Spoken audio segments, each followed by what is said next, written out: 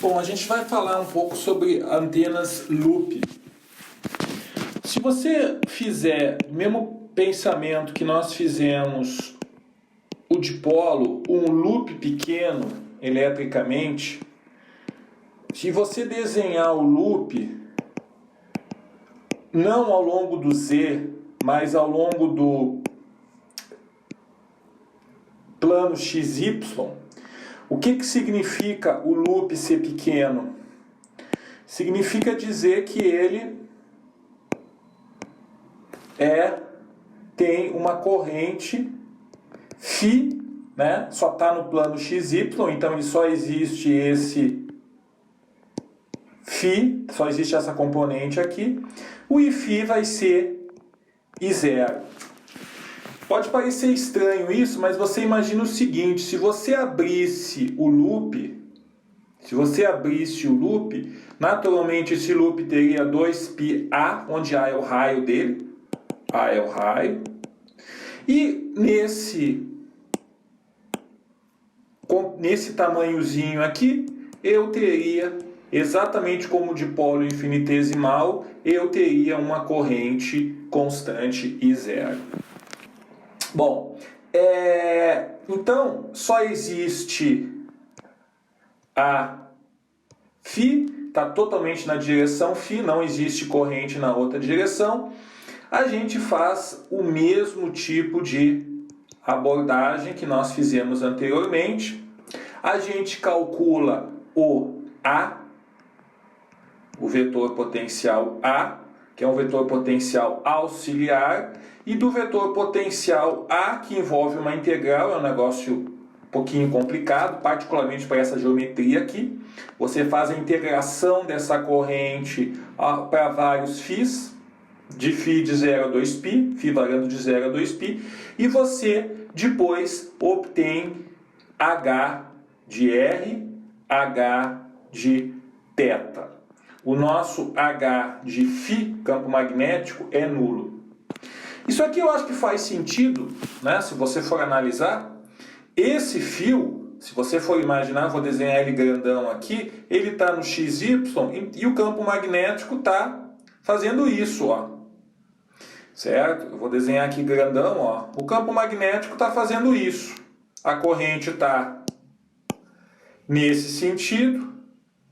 O campo magnético está aqui em preto, H. Qual que é essa componente? Essa componente não é difícil você perceber que é só a componente θ. Então, se o nosso loop está ao longo do φ, o nosso campo magnético é θ. Aí você vai perguntar, mas e como que apareceu esse H de R? Provavelmente, a gente vai confirmar depois, o nosso H de R deve ser apenas near field, tá bom? Bom, no processo de cálculo desse negócio, você vai ver que o Balanis ele usa aquela aproximação de far field. Então, sem aquela aproximação fica um negócio bem mais complicado. Com a aproximação de far field é complicado, mas não é tanto. Com isso você consegue ter as seguintes expressões.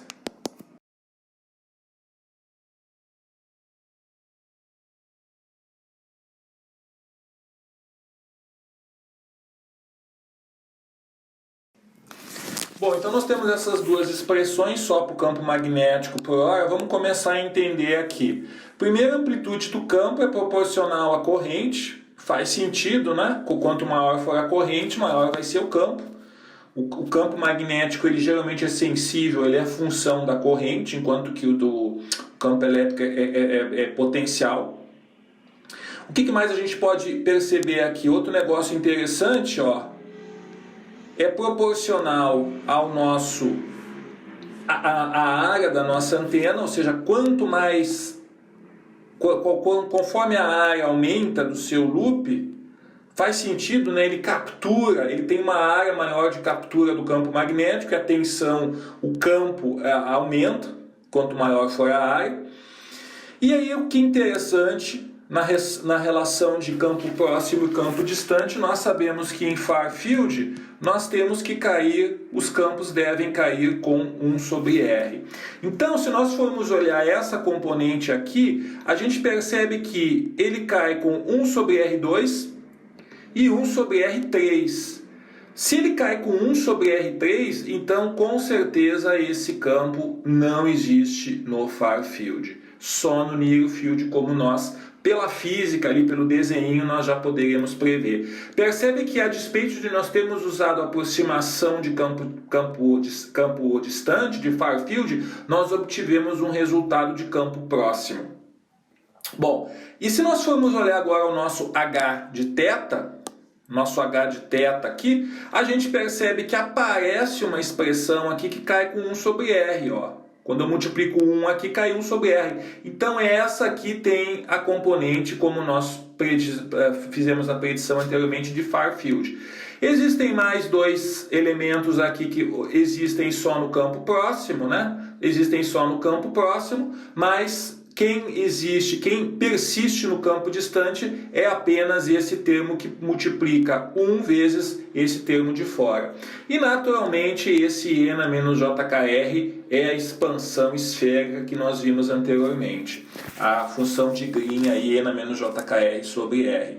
E com isso você também consegue computar o campo φ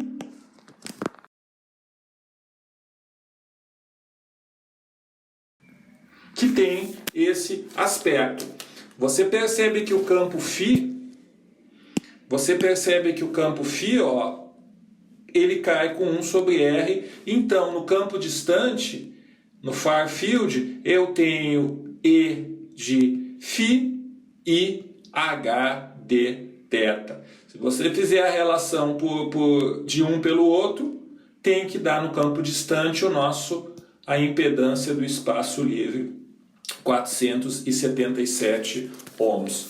Então, seguindo adiante, o que é interessante, o livro do Balanis menciona, existe uma dualidade entre um dipolo infinitesimal excitado com uma corrente magnética IM com o loop que nós recém analisamos. Então, alguém vai dizer, mas não existe corrente magnética. De fato, não existe corrente magnética, mas tudo se passa como se ela existisse. Nós vamos ver em antenas de abertura, antenas corneta, depois que, embora ela não exista fisicamente, você pode fazer de conta que ela existe. Isso facilita muitos cálculos. O que significa isso? Isso significa que se você pegar o nosso velho dipolo infinitesimal e em vez dele ter uma corrente de elétrons, fizer as equações como se ele tivesse uma corrente IM magnética, de novo, fictícia, de comprimento L, isso é dual, ou seja, cria os mesmos campos que um loop de raio A, certo? Sendo circulado por uma corrente elétrica comum IO, como nós vimos. Então, o efeito é o mesmo, certo? O efeito em termos de campo é o mesmo.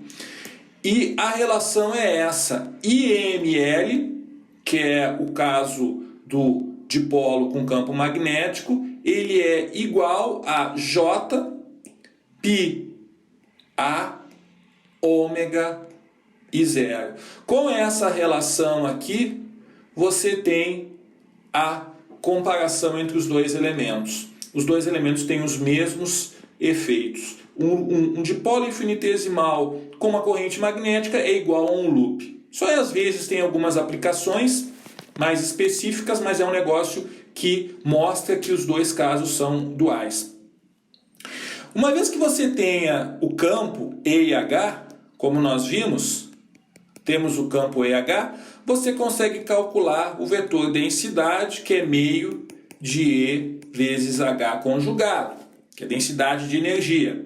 Uma vez que você tem a densidade de energia, se você agarrar e fizer WdS, integrar numa superfície a densidade de energia, você vai ter a potência radiada.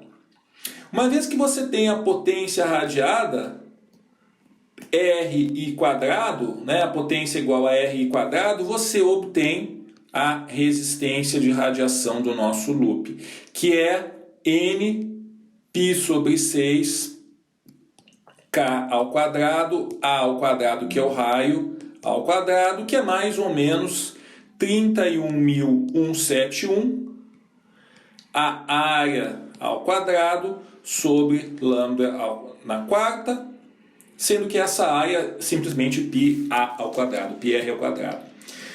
Bom, se você fizer os cálculos, essa resistência aqui, ela vai ser bem pequenininha. Ela vai ser bem pequenininha.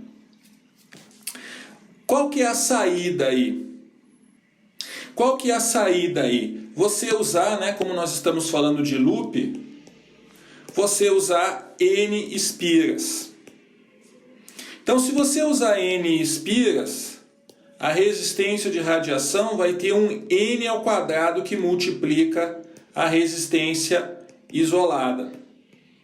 Certo? Então, você vai ter, né, o que eu estou dizendo? Vai ser como se fosse uma antena, uma coisa mais ou menos assim, né? Como se fosse uma espiral. Nós vamos ver depois a antena helicoidal, mas a ideia é mais ou menos essa. Então, por exemplo, colocando alguns números, se você fizer lambda sobre 25 de raio, com uma espira, você tem uma resistência de radiação 0,788. Como é que você sabe que é um valor pequeno assim? Faz sentido? Vamos pensar aqui. Se a corrente é constante nesse negócio, isso aqui não tem fase. A fase é zero. Por quê? O negócio é bem pequenininho e a corrente é constante. Se a fase é zero, isso aqui é o bom e velho curto. É o bom e velho curto. O curto tem uma resistência baixa, como nós estamos vendo. Se você for seguir as equações e colocar 8 espiras, a resistência vai ser 8 ao quadrado vezes 0,788, e isso vai dar o nosso número mágico de 50,43 ohms, que é bem próximo, né? Praticamente a impedância de referência que nós usamos, 50 ohms. Não dá para se alegrar muito, porque quando você coloca vários loops, isso aqui é um resultado matemático, quando você coloca vários loops assim, eles interferem entre eles. Ou seja, a partir do momento que eles estão próximos, a corrente não é mais constante. Então aquela suposição inicial que nós usamos não vale mais. Mas isso aqui serve para você ter uma ideia de que se você precisar aumentar a impedância, você coloca mais loops. É só para dizer o lado que está soprando o vento.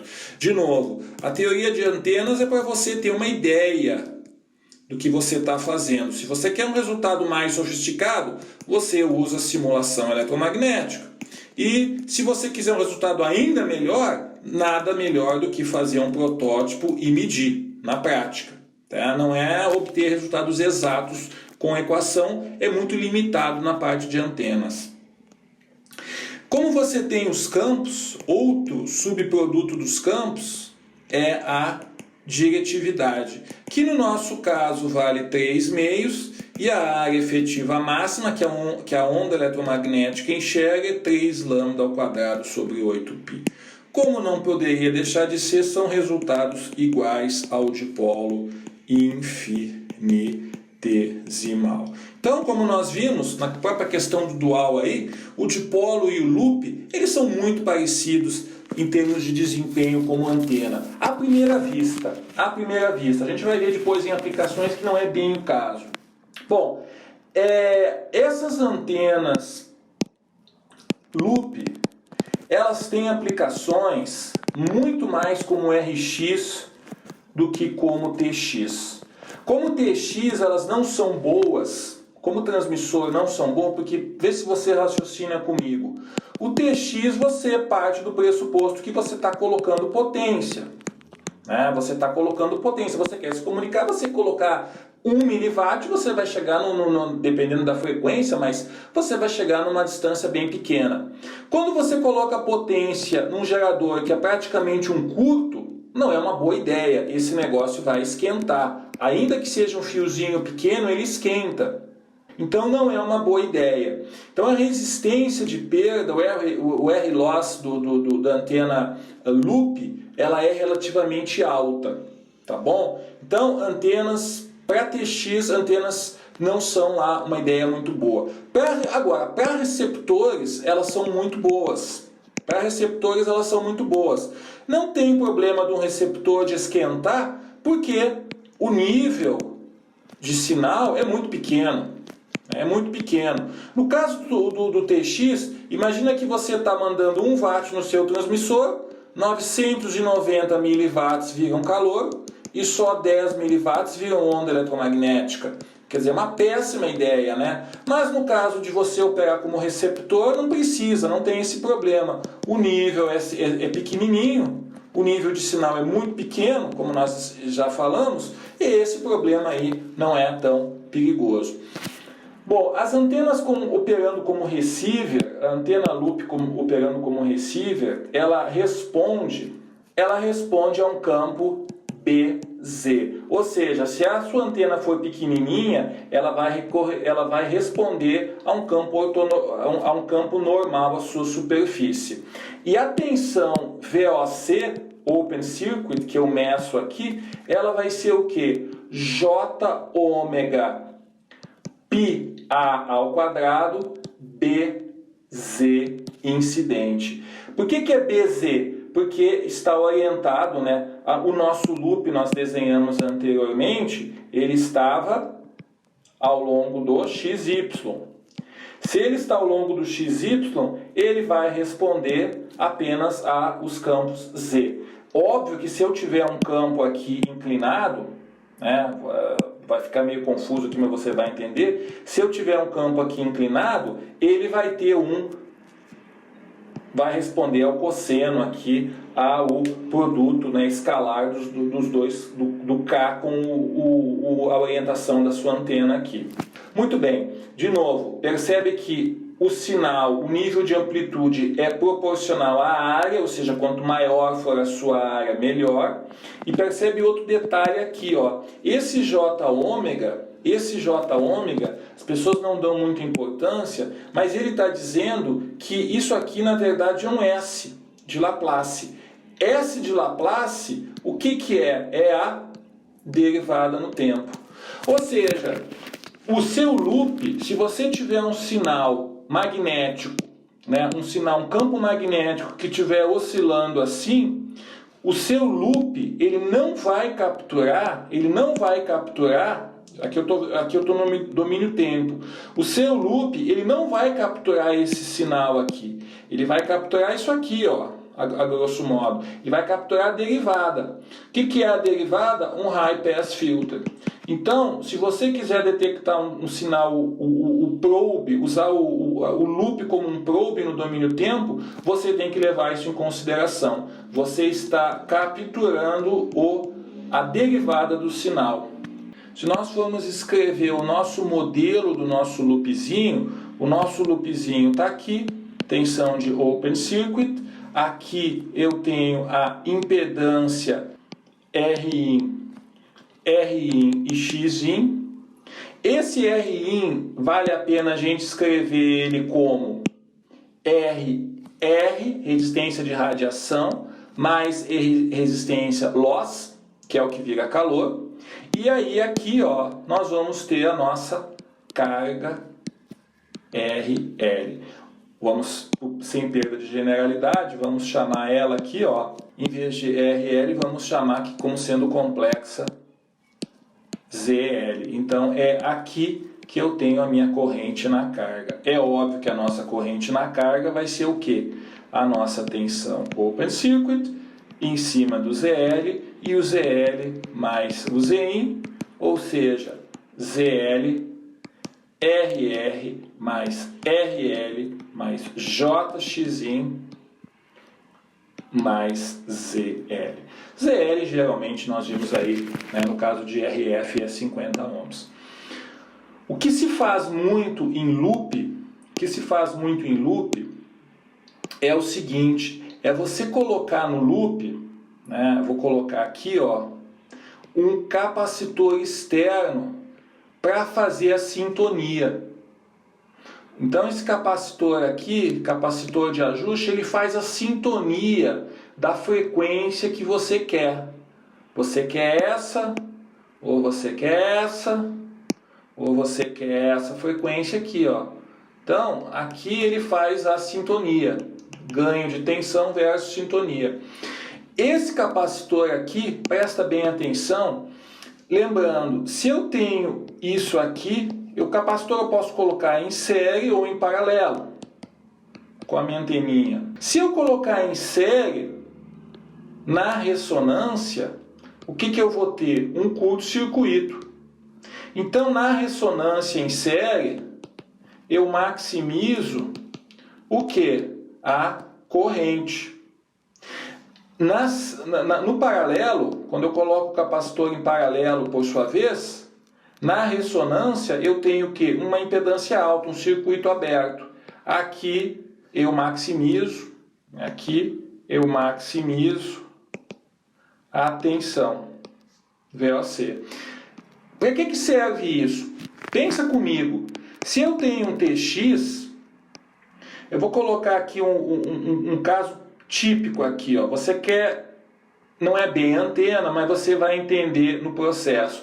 Você quer transmitir energia via RF. Você quer aquele negócio que o pessoal usa para carregar o iPad, carregar o celular, via acoplamento indutivo. Se você tem essas duas antenas aqui, elas têm que se comunicar, elas têm que passar a maior energia possível e elas têm que naturalmente estar casadas. Esse negócio geralmente funciona em 54, 13 MHz, por aí. Então, o sistema tem que estar otimizado para essa frequência. Não adianta as suas bobinas estarem funcionando numa frequência que o seu oscilador não está transmitindo energia. Então, um lado é o TX e o outro lado é o RX, onde você vai colocar o seu equipamento, aí, o seu celular, o seu iPad, o seu iPhone em cima. O que você faz? Você coloca no lado TX a ressonância série. E você coloca no lado RX a ressonância paralela. Por quê? No lado TX você vai otimizar a corrente. Quando você otimiza a corrente, nós vimos pela equação, você está otimizando a amplitude do campo magnético. E no lado RX, você, como nós acabamos de ver, otimiza a tensão de open circuit, que aí você pode capturar aqui na sua carga ZL.